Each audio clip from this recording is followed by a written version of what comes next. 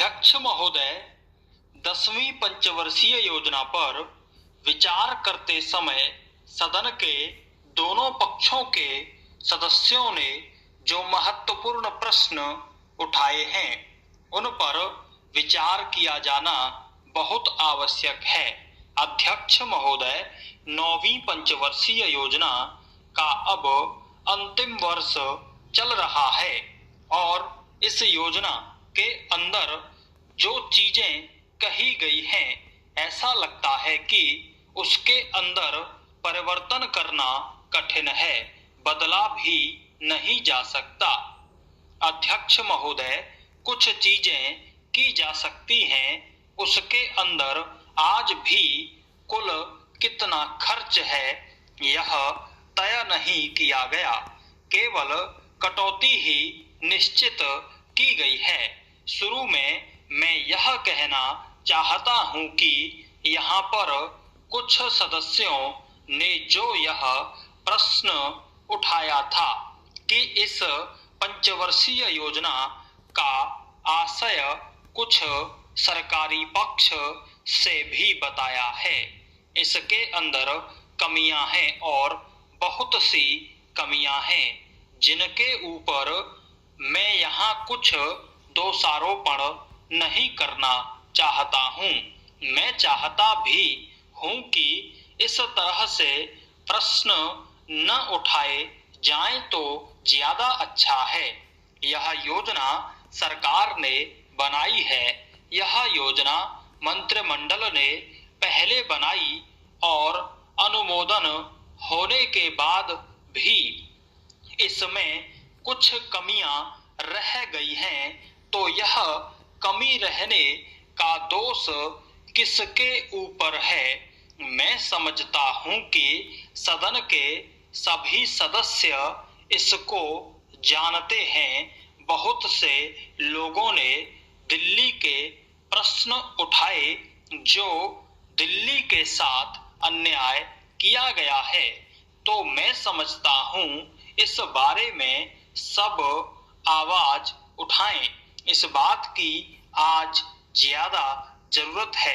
मैं यह कहना चाहता हूं, भारत सरकार से या जिन्होंने ये सारी योजनाएं बनाई, उन्होंने वास्तव में यहाँ के साथ बड़ा बुरा किया, यहाँ के साथ अन्याय किया, क्योंकि उन्होंने इस पंचवर्षीय योजना को बनाते समय ध्यान नहीं दिया कि क्या योजना बना रहे हैं, गलत बना रहे हैं या सही बना रहे हैं, इससे क्या लाभ हानि होगा, इन सब बातों पर उन्होंने विचार नहीं किया। तो मैं समझता हूँ ऐसी परिस्थितियों के अंदर यह बात ठीक नहीं है। ऐसी दशा में यहाँ पर 5 वर्षों में आने वाली योजनाएं बेकार बनकर रह जाएंगी। जो कटौती निश्चित की गई है उसको समाप्त करना चाहिए, ताकि दिल्ली को हम अंतर्राष्ट्रीय स्तर का एक आदर्श नगर बना सकें। यह बहुत ही आवश्यक है यदि हम इस स्थान की उन्नति चाहते हैं। इसलिए अब मैं अपना कथन इन शब्दों के साथ ही समाप्त करता हूँ। पैराचेंज। अध्यक्ष महोदय, आपने मुझे 10वीं पंचवर्षीय योजना पर बोलने का अवसर दिया, इसके लिए मैं आपका आभारी हूँ। आपने मुझे कम समय दिया, इसके लिए भी आभारी हूँ। अभी मेरे से पूर्व कुछ सदस्यों ने हम पर यह आरोप भी लगाया कि हम योजना में विश्वास नहीं रखते। उन्होंने तो यह भी कहा कि हमारे चुनाव घोषणा पत्र में भी उनको इस बारे में कुछ नजर नहीं आया। मैं इस बारे में यह निवेदन करना चाहता हूं कि उन्होंने कोई दूसरा घोषणा पत्र पढ़ा और उसी को हमारा घोषणा पत्र समझ बैठे। लेकिन मैं यह कहना चाहता हूं कि हमारा घोषणा पत्र इस समय मेरे पास है। इस घोषणा पत्र में हमारी घोषणा में योजना के बारे में स्पष्ट रूप से कहा गया है कि हम योजना पर विश्वास रखते हैं, लेकिन ऐसी योजना पर विश्वास नहीं रखते जो जनता के दुखों को दूर नहीं कर सकती, जो जनता के कष्ट दूर नहीं कर सकती।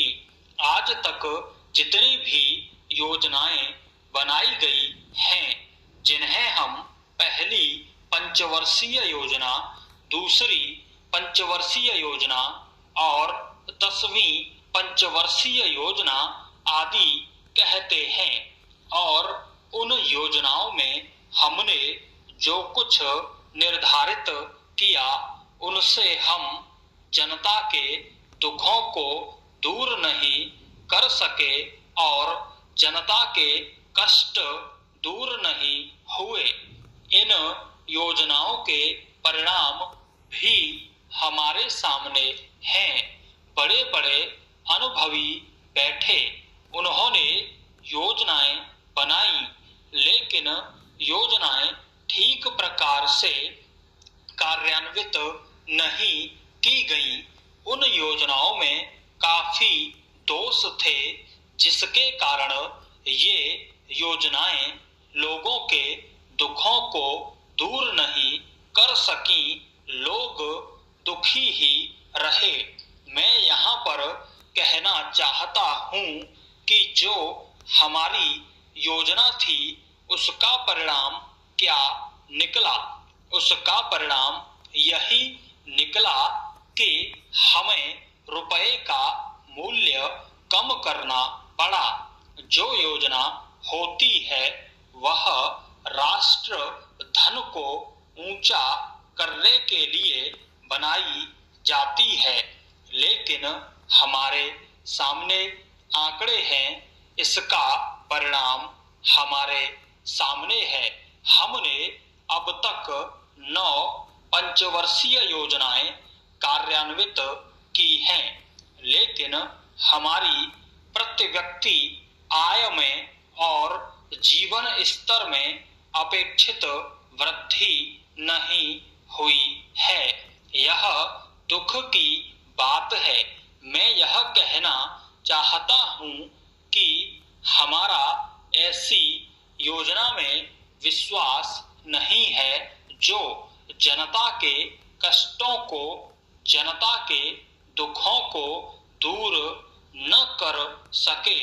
हम ऐसी योजनाओं पर विश्वास नहीं करते हैं जो उनकी आयु बढ़ा सकें, उनका आर्थिक विकास कर सकें, उन्हें उन्नत कर सकें।